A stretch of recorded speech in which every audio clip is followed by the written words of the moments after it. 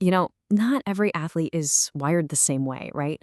But have you ever coached someone who just seems to run on pure emotion?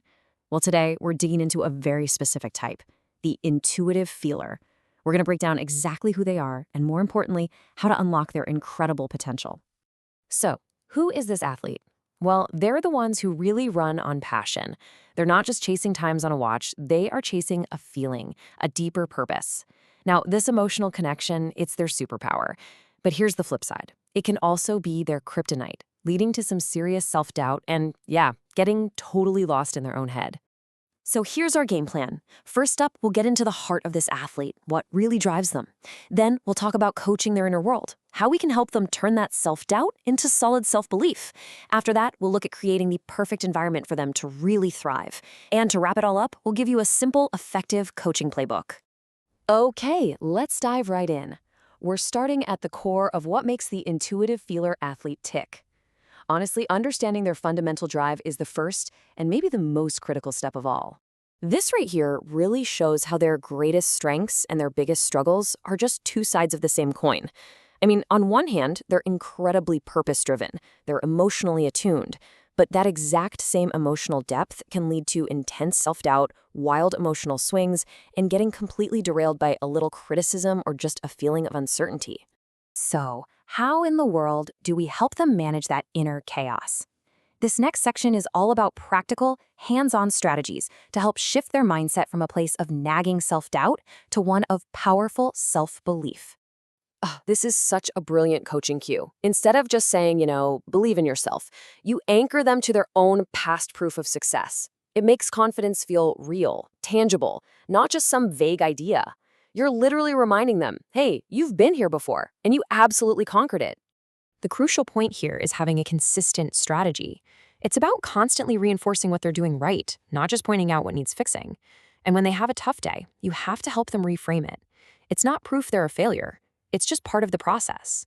And listen, with this type of athlete, silence is not golden. Because they tend to internalize everything, a lack of feedback can easily be interpreted as disapproval, which just fuels that self-doubt. They need to hear the good stuff explicitly. For the athlete who gets stuck in analysis paralysis, having a clear process is everything. So first, you simplify. Use grounding techniques like focusing on their breath or their cadence to pull them back into the present moment. And then, and this is key, you set a time limit. Give them 5 minutes to reflect on a workout, and then that's it. It's time to move on. This line is a pattern interrupt. It's designed to snap them out of that overthinking loop. It's a direct command that basically gives them permission to trust their gut and stop waiting for everything to feel perfect. The goal is to get them into motion, because for this athlete, action is always the best antidote to overthinking. Okay, so let's build on this. Coaching isn't just about what you say, it's about the entire world you create around the athlete. For the intuitive feeler, building the right ecosystem isn't a nice to have, it's a non-negotiable for success. And this just illustrates that point perfectly. See how it connects the physical to the emotional? It's not just run these intervals. It's this workout is building your confidence.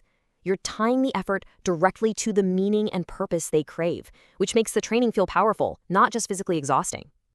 As you can see from these pillars, their success really hinges on a few key things. They thrive on connection, so a collaborative, social team atmosphere is huge for them. Isolation can be incredibly draining. And notice that third pillar? Flexibility. A super rigid, unyielding plan can feel really impersonal and crushing. They need to feel like they have some say, that their emotional state actually matters. This is such a powerful tool for developing real mental toughness. It's not about telling them to just toughen up. It's about teaching them self-compassion. This reframes their sensitivity as a source of empathy, one they can actually turn inward. It helps transform their inner critic into an inner ally. All right, let's bring all of this together into a final practical playbook.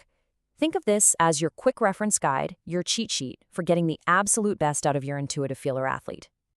This slide really gives us a great at-a-glance summary. The do column?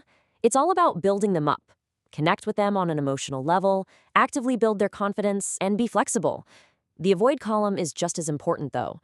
Don't ever dismiss their feelings. Avoid overloading them with criticism, and don't be too rigid. It's all about finding that perfect balance of structure and support. If you take one thing away from this whole explainer, let it be this. Their deep emotional connection to their sport is not a flaw to be fixed. It's the very engine that drives them. When you learn how to nurture it, it becomes their most powerful asset, fueling passionate, consistent, and sustainable performances. And that leaves us with one final thought. Whether you're a coach or an athlete yourself, understanding this personality type really boils down to this one question. It's not just about the finish line or the PR. It's about something deeper. So I'll leave you with this. What's the why that truly fuels you?